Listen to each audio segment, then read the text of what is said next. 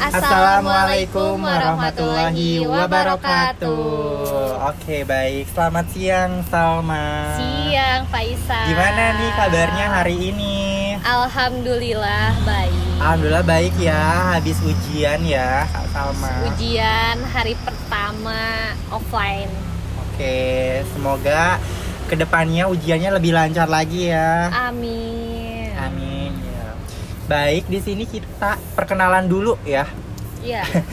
Nama saya Muhammad Faizal dengan NIM 23321234. Dan nama saya Salma Dara Rahmadianti dengan NIM 23321257.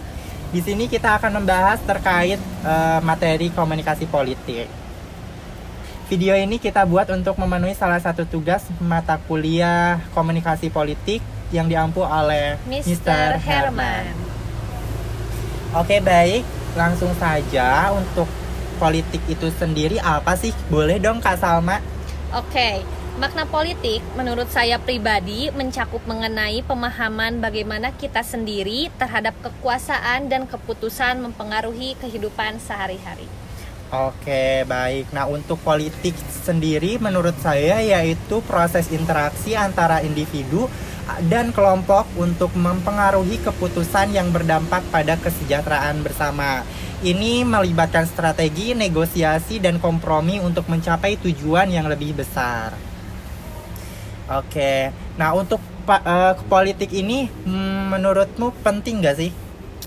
Menurutku penting banget ya, karena dapat mempengaruhi hak-hak dasar kebebasan berekspresi dan berpolitik juga membantu dalam menyampaikan aspirasi kita sendiri. Nah, betul banget nih, politik itu penting banget. Salah satunya menentukan arah masa depan bangsa kita. Melalui partisipasi aktif dalam proses politik, seseorang dapat mempengaruhi kebijakan publik yang akan memberikan dampak langsung pada kehidupannya. Selain itu, politik juga menjadi wadah dalam mendengarkan suatu minoritas untuk memastikan hak-haknya itu terpenuhi gitu dan dilindungi. Nah, kita kan sebagai mahasiswa ilmu komunikasi tentunya pandangan kita terhadap politik berbagai macam gitu. Yeah. Sikap kamu terhadap politik itu bagaimana sebagai mahasiswa komunikasi? Kita sebagai mahasiswa komunikasi bisa meningkatkan partisipasi. Jadi menggunakan media sosial untuk meningkatkan partisipasi berpolitik sebagai alat komunikasi yang efektif. Lalu yang kedua juga mendukung transparansi. Jadi memfasilitasi dialog dan mendorong akuntabilitas dalam kebijakan publik. Nah, sebagai mahasiswa komunikasi, saya juga menjadi salah satu pengamat dalam isu-isu politik di media sosial tanpa bias agar tidak memberikan analisis yang salah gitu.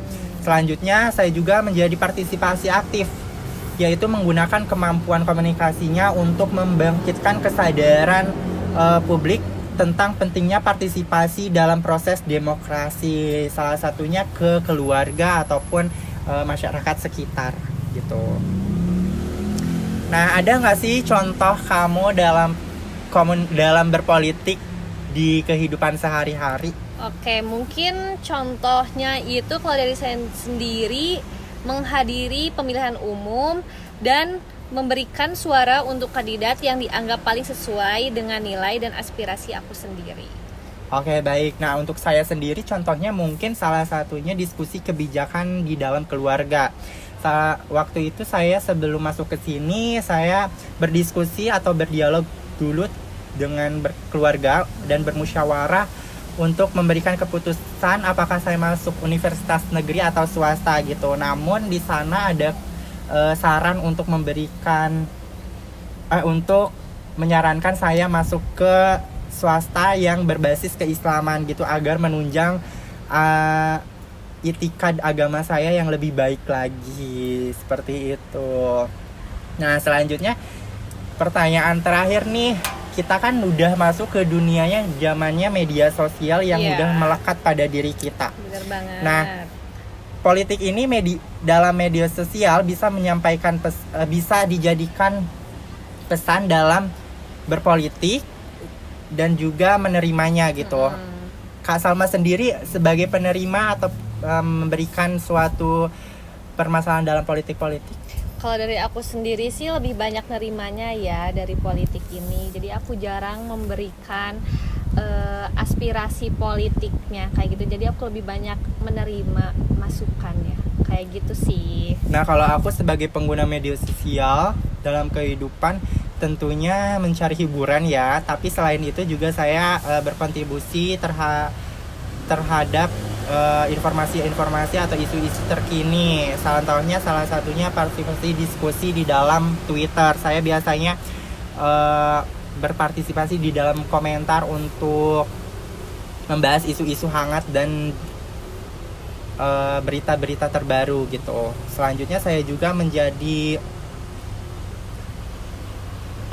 juga biasanya memberikan informasi di Instagram atau Instagram Story sebagai ranah saya untuk menyuarakan partisipasi terhadap Palestina seperti itu. Oke. Iya, baik. Mungkin itu saja ya diskusi kita hari ini. Dicukupkan apabila ada kesalahan atau kekurangan. Mohon maaf. Terima kasih. Wassalamualaikum Warahmatullahi wabarakatuh.